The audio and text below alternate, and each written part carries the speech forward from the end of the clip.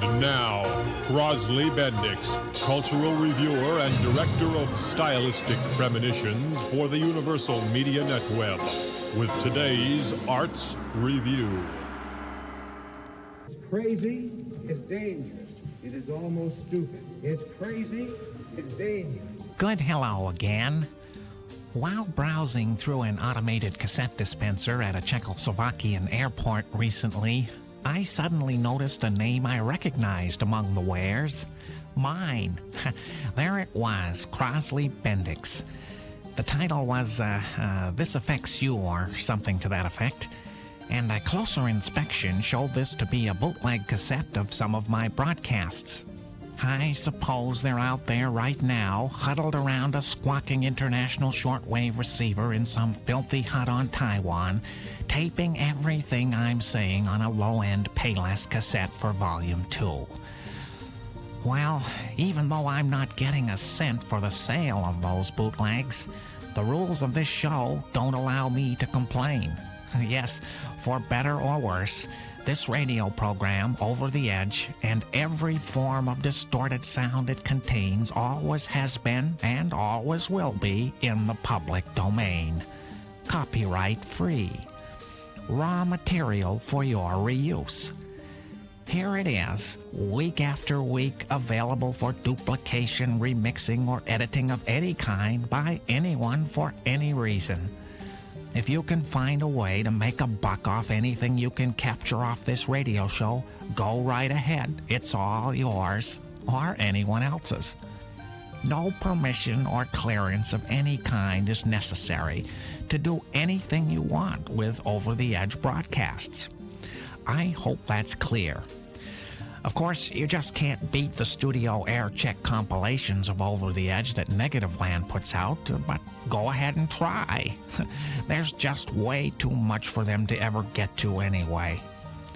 So here we are, a tiny but persistent island of free noise with unrestricted exploitation encouraged.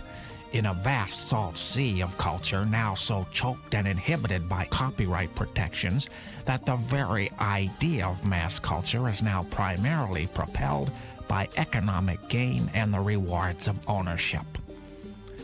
The lawyers behind the managers behind the artists have succeeded in mining every possible vein of opportunity when it comes to the monetary potential of art properties. And nowhere is this American obsession for all-encompassing private ownership more perverse in its effect on culture than in music.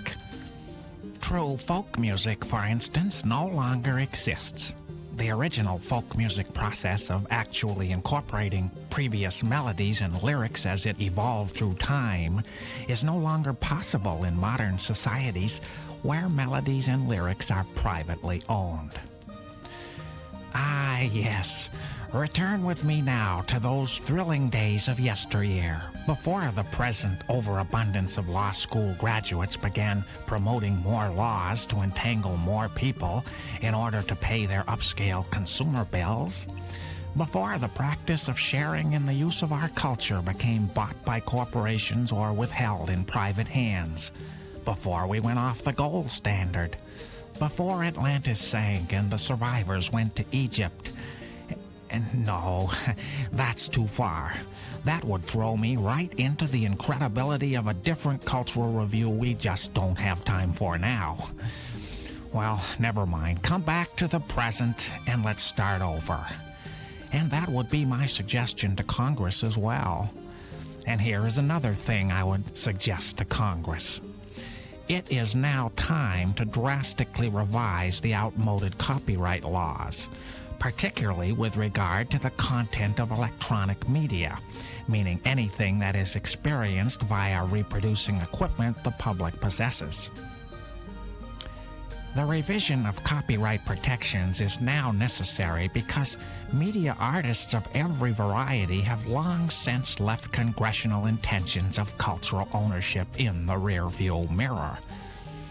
This, I believe, is as it should be. But in doing so, today's artists are driving their sporty little art illegally. They can be pulled over and sent to debtor's prison because their only license is an artistic one. Yet these vehicles of appropriation present no menace of any kind to the general population. The only supposed threat is to the unsatisfiable greed of an extreme minority of private cultural owners. The reason for today's repressive cultural traffic laws is based purely on economic control, and as such, serves to keep many artists off roads they need to be exploring. The significant urge to incorporate found sound into contemporary music, for instance, is now in virtual gridlock, on the way to a drawbridge that's always up. We should be giving our artists a wide open freeway through an environment full of media influences, but this route is being aggressively denied by art cops working for the self-serving marketing system that has imposed itself on culture. What am I driving at? The undeniable wisdom of letting artists, not business interests, determine what art will consist of. The need for various arts of appropriation should be obvious. Artists have always seen the entire world around them as both inspiration to act and as raw material to mold and remold. For most of this century, artists, like everyone else, have been subject to a growing media environment. Today, we are surrounded with canned ideas, images, and sounds. My television set told me that 70 to 80% of our population now gets most of their information about the world from their television set. Large increments of our daily perceptions are not supplied by the physical reality around us, but by the media that saturates it. Both the content and the programming techniques of electronic media have inspired the current art trends of appropriation, but it's nothing new. Any serious observer of modern music can cite a multitude of examples, from Buchanan and Goodman's humorous collages of song fragments in the 50s to today's canonization of James Brown samples, wherein artists have incorporated the actual property of others into their own unique creations. The whole histories of folk music and the blues are typified by creative theft. Jazz and rock are full of this too. In the visual arts, there is a long-standing tradition of found image collage, from Schwitters and Braque to Rauschenberg and Warhol. This is a 20th century mode of artistic operation that is now nothing short of dramatic in its proliferation, in spite of all the marketplace laws designed to prohibit it. It is important to note that this mode of operation has continued to grow in artistic relevance as its major source of inspiration. The media environment has continued to grow. Appropriation isn't limited to any medium, and it doesn't fade away as mere styles do. Appropriation's major jump from visual work to audio work in recent years only underlines the emotional relevance of the technique. What's going on here? I believe it has to do with deep stuff like media saturation and the opportunity for self-defense against media coercion that appropriation engenders. It also has to do with the surrealist Dada concept of detournement.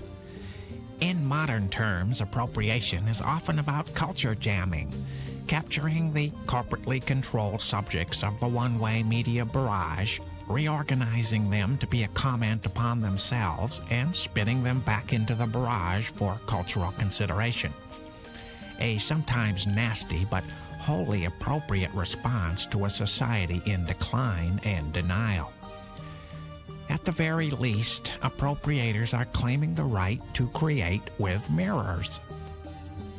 Corporate culture is trying to reach the end of this century maintaining their skewed view that there is something wrong with all this.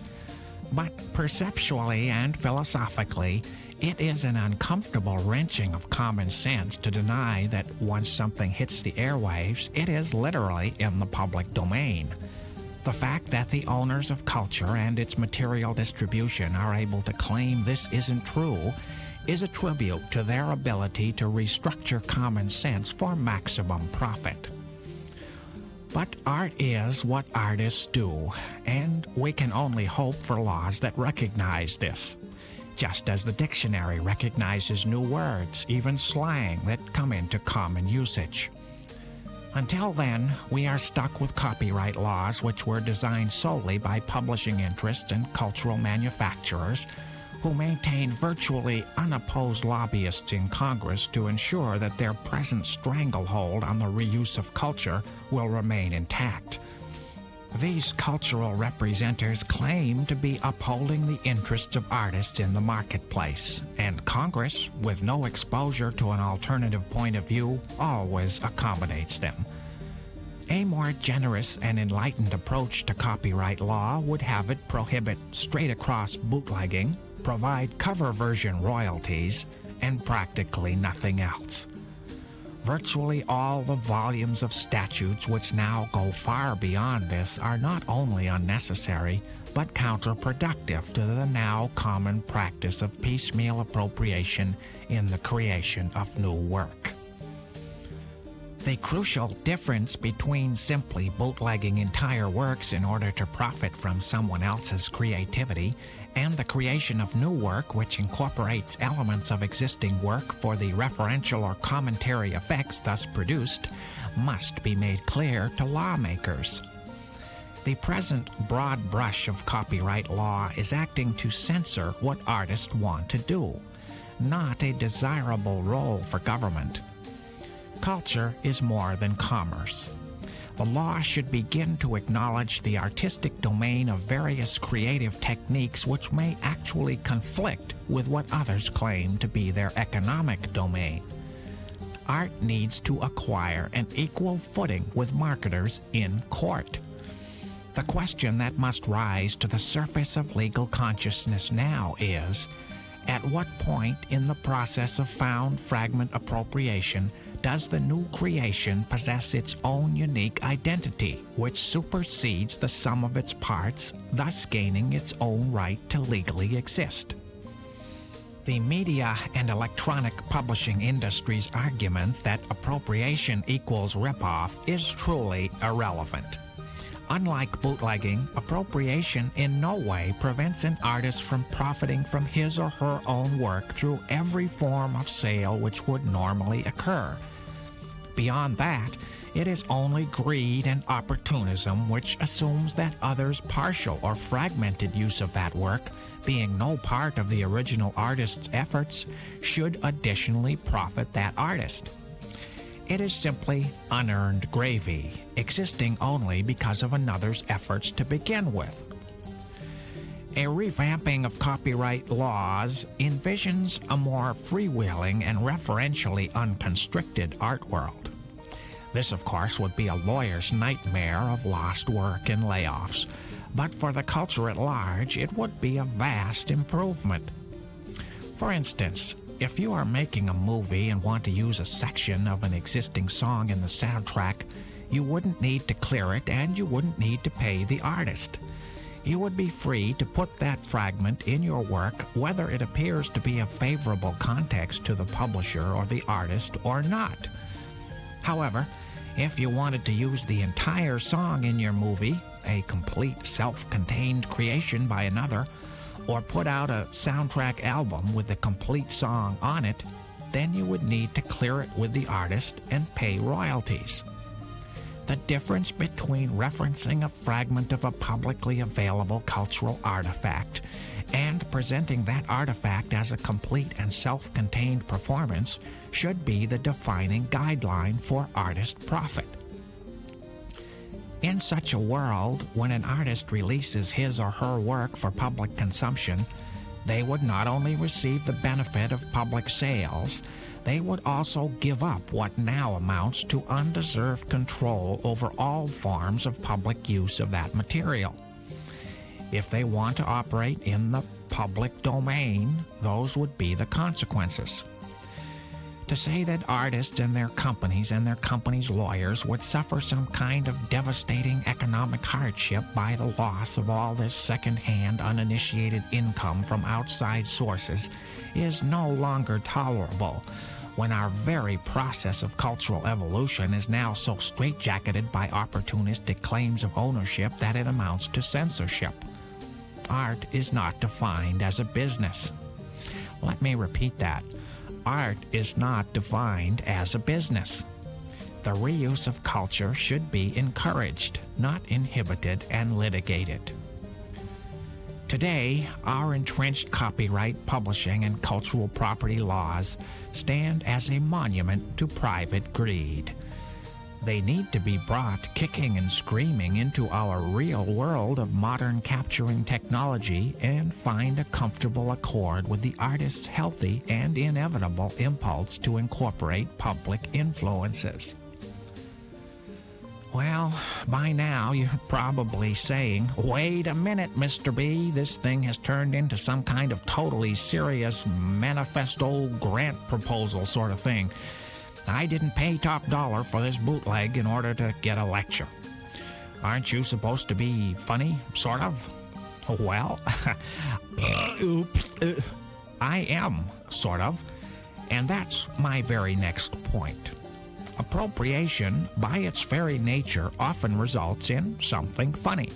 And funny can be just as important in life and culture and art as all that serious stuff that will get you ideological followers or a grant. Let's find out by putting aside all this theoretical rhetoric and turning to the experiential reality of what I may or may not be describing. I have here a demonstration tape, an example of found sound appropriation and transformation. And here it is. Pardon me, sir. Would you step over here to the patrol car, please? Oh, hello, officer. Do you have business in this neighborhood, sir? Yes, I live four blocks from here. It's the brick colonial with the crack in the driveway. What are you doing out this time of night, sir? Well, What type of coat would you call that, sir? this is a house coat. See, I spilled cocoa on mine, and I just grabbed my wife's. I guess the puffy sleeves look a little silly. Do you want to get in the car, sir? And I'm a firm believer, along with Winston Churchill, that you are, Oh, please don't send me up the river just for wearing puffy sleeves. You're home, sir. Oh, thank. God bless. Okay, bye. Pardon me, sir. Yeah? We know we've seen you somewhere. And we'd love your autograph, okay? Right. Sure, here. Oh, Next. as Commissioner of Bridges and Sidewalks. Who is it?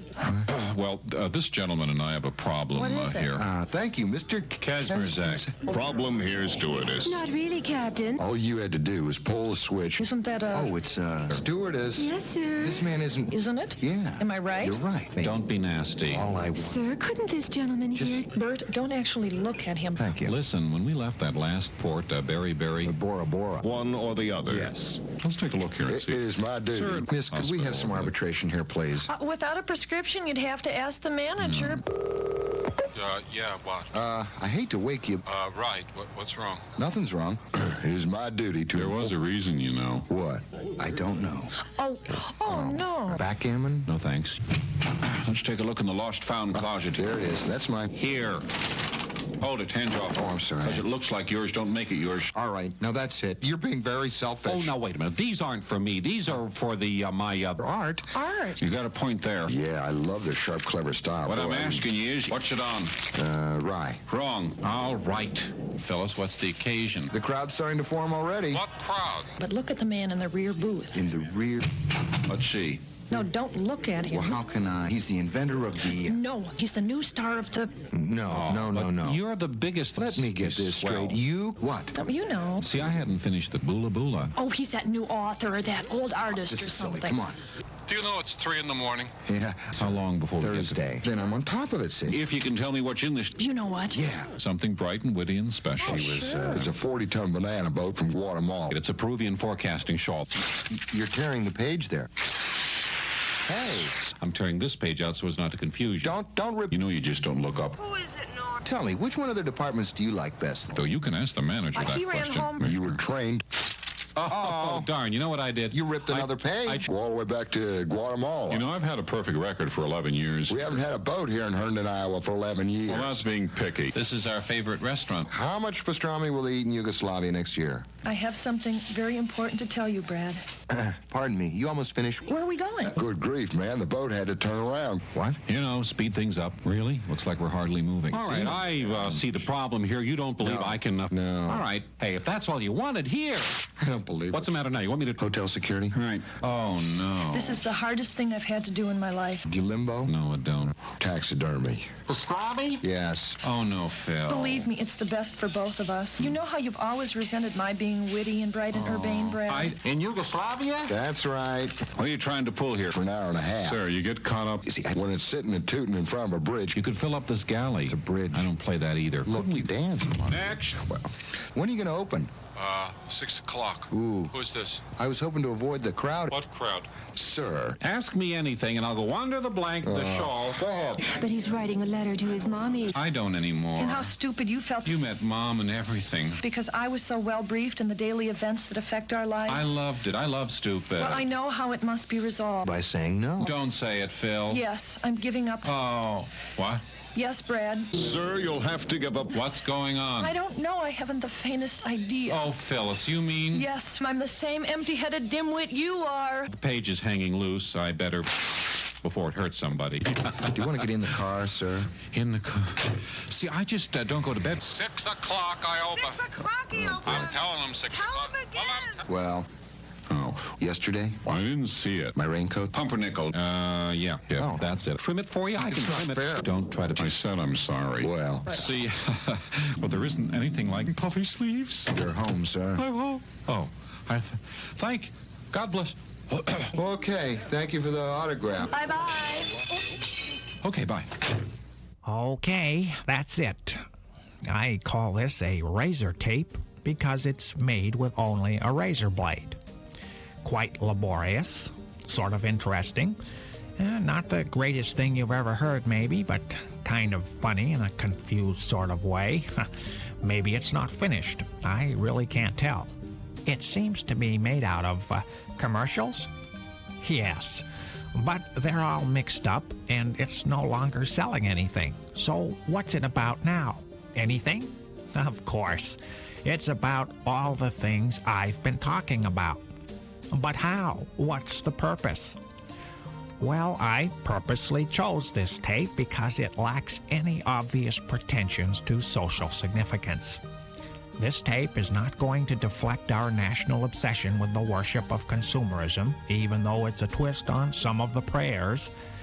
It's not going to inspire any moral revelations among corporate policymakers, investment bankers, or politicians. It's not going to put an enthusiasm for the democratic process back into our population. But maybe even this little effort at nonsense is worthwhile in some less definable way and deserves to exist for less predictable reasons. Yet this little razor tape is entirely illegal and is not supposed to exist at all without the permission of the people who made the original ads. Do you think they would have given their permission to do this with their material? Do you think the creators of the original ads should be paid again by me for what I did with their work? Do you think you could have heard it today if I had to find them and wait for their clearance before I could play it? Do you think you could hear it by next year? The year after that? The answer to all these questions is no. There is no way to make this humorous little tape edit legally, and there is no way for you to hear it legally. Yet I did, and you did. I think no harm was done. What do you think? There are so many musicians and audio artists who are now actively engaged in various degrees of found sound appropriation that it would run me right off the end of this tape to name them all. Oh, let's see, just one group that comes to the top of my mind is Negativland. Perhaps you've heard of them. But anyway, it's obvious that appropriation is here to stay as the ranks of outlaws continues to grow. The composing of found sound materials will continue outside existing law, regardless of threats and lawsuits and corporate attorneys' retainers, because it is, of all things, just plain interesting. And for artists, the power of interesting will not be denied. On behalf of all these creative spirits, the pirate guardians of what's left of public consciousness, this is Crosley Bendix urging you Whether you make art or are in the position of protecting it, please ignore unreasonably restrictive copyright protections. Because if the owners of culture do not see the need to encourage a creative climate in which artists are free to do whatever interests them, America's epitaph will probably be chiseled in legalese. What do you want on your tombstone? I wrote those ads. I wrote them.